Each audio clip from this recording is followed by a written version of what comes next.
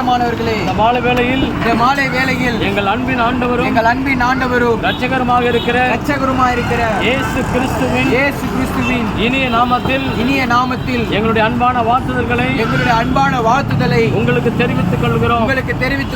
இந்த உலகத்திலே ஆண்டவராகிய இயேசு கிறிஸ்துவை போல் பரிசுத்தமுள்ள ஒரு தெய்வம் ஒருவரும் கிடையாது. ஆண்டவராகிய இயேசு கிறிஸ்து மனிதர்களாகிய நம்மை தேடி நம்மை காப்பாற்றும்படிக்காக பாவத்திலிருந்து விடுவிக்கும்படியாக விடுதலை கொடுக்கும்படியாக நம்மை பரலோகத்திலே சேர்க்கும்படியாக பரலோகத்தை விட்டு பூலோகத்துக்கு இறங்கி வந்த ஒரே ஒரு தெய்வம் ஆண்டவராகிய இயேசு கிறிஸ்து மாத்திரமே. நாங்கள் பாடினது போல இயேசு கிறிஸ்துவாலே அன்றி இந்த உலகத்திலே மனுஷனுக்கு ரட்சிப்பு கிடையாது. மனிதனுக்கு ரட்சிப்பு கிடையாது. சந்தோஷம் கிடையாது. சமாதானம் கிடையாது. விடுதலை கிடையாது. அன்பானவர்களே, ஆண்டவராகிய இயேசு கிறிஸ்து அவர் மனுக்குலத்தை நேசிக்கிறார். உங்களை நேசிக்கிறார். என்னை நேசிக்கிறார். இந்த உலகத்திலே இந்த உலகத்தில் வாழ்ந்து கொண்டிருக்கிற ஒவ்வொரு மனிதனையும் இயேசு நேசிக்கிறார். இயேசு என்று சொன்னால் கிறிஸ்துவுக்கு தெய்வம் என்று சொல்லி அர்த்தமில்லை. கிறிஸ்துவுக்கு மாத்திரம் தெய்வம் என்று சொல்லி அர்த்தமில்லை. ஆண்டவராகிய இயேசு கிறிஸ்து இந்த உலகத்திலே வாழ்கிற ஒவ்வொரு மனிதனுக்கும்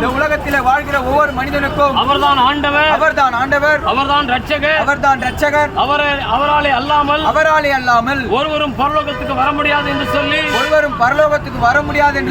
இயேசு திட்டமாய் தெளிவாய் சொல்லி இருக்கிறார்.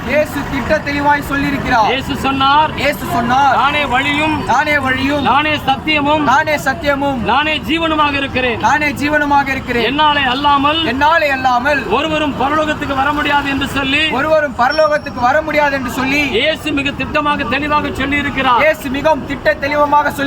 இன்றைக்கு நாம் கடவுளை தேடி காடு மலைகளுக்கும் கோவில் குளங்களுக்கும் புண்ணிய ஸ்தலங்களுக்கும் செல்லுகிறோம்.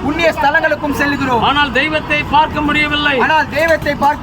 நம்மை எல்லாம் படைத்த தெய்வம் அவர் பரலோகத்தில் இருக்கிறார். அவர் பரலோகத்திலே வாசம் பண்ணி கொண்டிருக்கிறார்.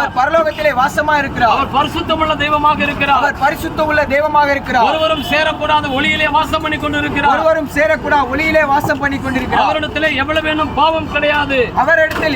பாவமே கிடையாது. அவர் ஒளியாக இருக்கிறார். இயேசு சொன்னார், உலகத்துக்கு நான் ஒளியா இருக்கிறேன்.